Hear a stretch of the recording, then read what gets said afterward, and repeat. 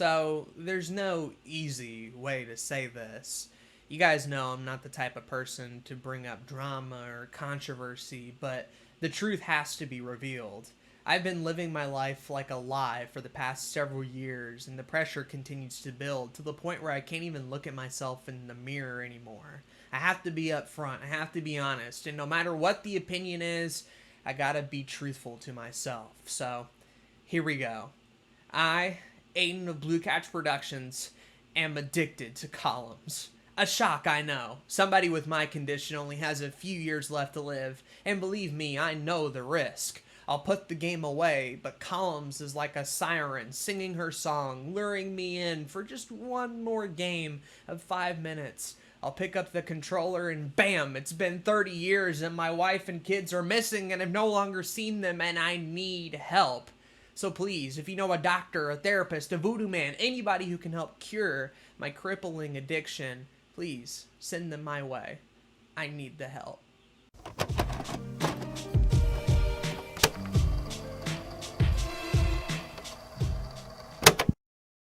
Welcome to 30 for 30. I'm your host, Aiden of Blue Couch Productions, and on this show, I'm attempting to review 30 games in 30 days. For more on the show's concept, be sure to watch the Altered Beast episode before this, and then come back when you're done.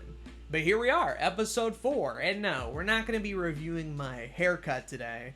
I know a lot of you guys are going to leave comments about that, and I promise you I'm not going to read a single one, but hey, you do you. No, instead we're actually going to be reviewing a classic Sega Genesis game. We're going to be taking a look at Columns. And man, if we were reviewing games based on their box art alone, this right here would get a perfect 5-star rating. I just love how it looks. It's like a more aesthetically pleasing version of Tic-Tac-Toe. We got the 3 purple gems that are exploding in more spectacular fashion as it goes down, an orange gem on the left and right, and the blue and red do a nice job of offsetting each other and bringing the whole image together. We also have the logo at the bottom and even on the spine. And then toward the back, we have some epic screenshots looking fresh as hell, and a bunch of text in case you actually know how to read, but of course I don't, so I'm not even gonna bother. Let's crack this bad boy open and see what we got inside. Ooh, little snap, crackle, pop there. We got the cartridge, same design as the front of the box, except for a little bit more concise and compact. I actually think it looks better. There's the label right there. And then interestingly enough, this actually comes with a manual. My Golden Axe box didn't, but this one did. Take a look at that. Same design, and then of course on the back. And I'm gonna be honest, I've never actually looked at this thing before. I just kind of found out it existed while making this video. So let's actually take a look and see what we have to offer. Oh my god. This is wonderful. The first page is literally instructions on how to load and start the game. I'm not kidding. Look at this. It's like detailed step-by-step instructions with a guide at the bottom in case you're somehow stuck. I gotta read through this for a second. Hold on. This is hilarious. Step 1. Make sure the power switch is off. Hold on. Let me check. Yep, it's off. None of my consoles are on. That was pretty easy. Step 2. Insert the Columns cartridge in the Genesis system, shown below, by following the instructions in your Genesis system manual. Well, drat, I don't have the manual here for the Genesis system. What am I gonna do? How am I gonna put the game in there? And then finally, step 3. Turn the power switch on. If nothing appears on the screen, recheck insertion. Oh boy, I've heard that line a time or two. Every time I'm on a blind date, the girl always says to recheck your insertion, and boy, let me tell you, it's quite embarrassing to say the least. And then we also have a little important wording here at the bottom that says, always make sure that the system is turned off when inserting or removing your Genesis cartridge. These are hilarious. You know what? I'm actually going to follow these instructions. I'll be right back and I'll show you the results. Alright, so I went ahead and did it. Here's the results right here. Let me know how I did. I think I did pretty well. I got the power switch turned off, and then my copy of... Ew, Star Fox Zero? What are you... You're not Columns. Okay, maybe the directions are a bit more complicated than I gave them credit for, but hey, I don't blame Sega for putting a manual in there in the first place. It was a different time back then. Video game consoles were pretty new, and I imagine that was actually pretty helpful for parents who bought the Genesis for, let's say, their kids and didn't know how to set it up. It's just funny looking at it from a 2020 mindset where video games and consoles are so ubiquitous that if you don't know how to set one up nowadays, that's kind of a Kind of a shame, actually. But let's actually talk about the game itself, Columns. It was developed by Jay Gearstein in 1989 and was developed for the Atari ST originally, I believe, and a bunch of other home computers. Jay ended up selling the rights to Sega in 1990, and Sega went on to port it to a bunch of their systems, including the Genesis, the version that we're going to be taking a look at today, the arcade, and it was even a pack-in title for the Sega Game Gear, which was pretty cool. Sega thought it'd be a good fit considering it was one of the first portable systems to have a color screen. Keep in mind, this is back in the days of the Game Boy with that putrid green and yellow screen just not really competing all that much. And yeah, that's pretty much it for the history of Columns. There's not a lot of info about it. Sega continues to support it to this very day with a ton of games and sequels, including Columns 2, 3, and Columns Crown if you want to play that one for some reason. I guess the other big thing that we have to mention before we get into the review is the elephant in the room.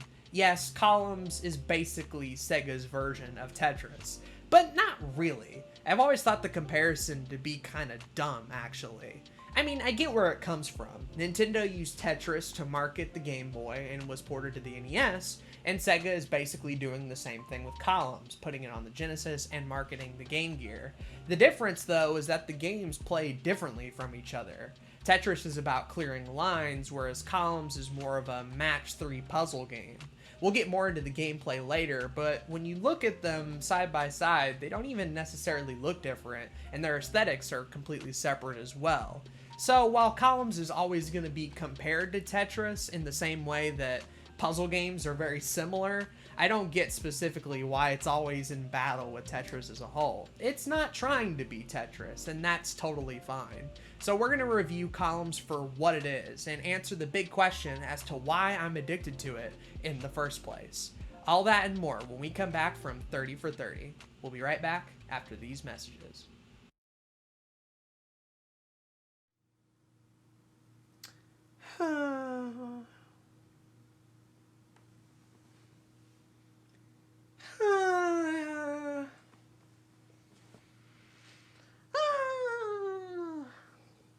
Man, I wish I had something interesting to watch. Whoa!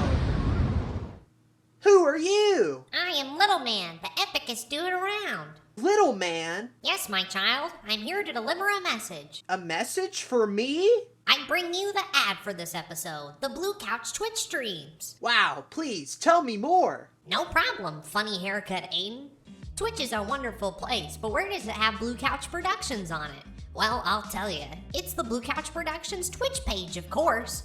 Watch Aiden play a variety of games live, such as Pokemon, and even Pokemon.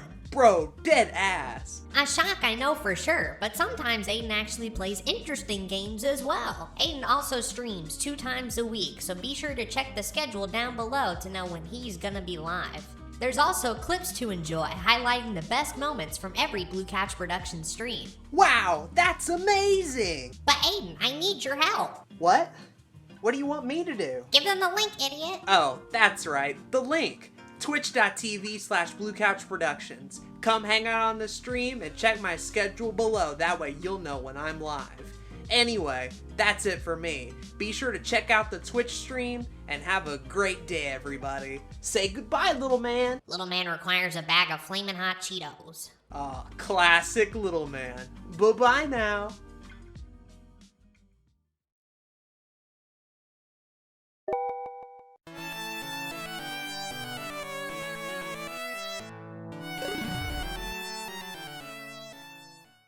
Welcome back to 30 for 30. In the first half, we talked about Columns, its hilarious manual, and the comparisons the game has to Tetris. And now in the second half, I want to talk about why I'm personally addicted to the game. There's several reasons that play a factor into it, so let's go reason by reason and walk down the list, and hopefully you'll be able to understand why by the end of the video.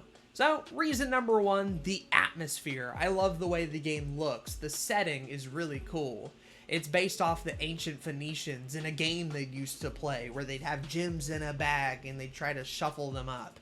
Sega would later confirm that this is just fake, but it is a cool idea for a game. The title screen has 2 Spartans throwing gems out, and the regular play area does look really cool.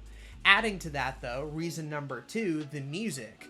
I'm gonna try to pronounce the composer's name, but I'm probably gonna butcher it, so Tokuhiko Uwaba? Did I do okay? Anybody who knows Japanese, let me know how I did. But he was responsible for composing the music specifically for the Genesis version. The original ones didn't really have that all that much, and here it actually matches the vibe and the aesthetic. Whereas Tetris' soundtrack has always been nostalgic and memorable, it doesn't really get me relaxed, it kind of puts me on edge. Columns is very much the opposite of that, relaxing me and letting me tackle the game's challenges at my own pace. It matches that old world style and theme, and I love that for it. Reason number 3 simply has to do with the content. There's the arcade version of the game, the version that everybody tends to play when they play Columns, but there's also a normal and doubles mode, allowing you to customize the rule set and even face off against other people. Granted, it's not in the versus style mode that we see now in other puzzle games where you send garbage over. You're just both trying to play the regular game and seeing who can outlast the other, but hey, for a puzzle game, it is still fairly fun and fairly unique. It's actually in the normal mode where I started playing the game, and I swear, I actually got into a round that lasted up until like level 38 or something. I'll show it on the screen right now as I continue to talk about the game, and it was probably my wildest playthrough of any puzzle game that I've ever experienced. I'm so glad that I actually managed to record it. Reason number 4 why I like Columns is simply the gameplay itself. I'll explain the setup to you. Columns is a puzzle game where sets of colored jewels come down from the top of the screen. The goal of the game is to match 3 of the same colored jewel, thereby getting points. You get enough points, you lead to combos, and you can keep going for as long as you want until the gems reach the top of the screen and the top of the well. If that happens, the game is over and you end up playing again, trying to outdo your high score or trying to outdo the second player. What I like about Columns so much is that the game can go on for however long you want. It could just be a couple of minutes, and it could also be 30 minutes if you end up being skilled enough as a whole. The match 3 gameplay is also super fun, and it leads to a lot of situations where building up combos can feel immensely satisfying. You put 3 gems in a diagonal pattern, and then suddenly the gems below you could end up falling or moving, and then that could create another match, and so on and so forth. It's that little bit of dopamine, that little bit of a shot in the arm to keep you going just a little bit longer and then try to improve your score. Columns, very much like Tetris and other puzzle games like, let's say, Puyo Puyo and Bejeweled, is so easy to play. It's simplistic as a whole. Columns might even be the most simplistic of all of them.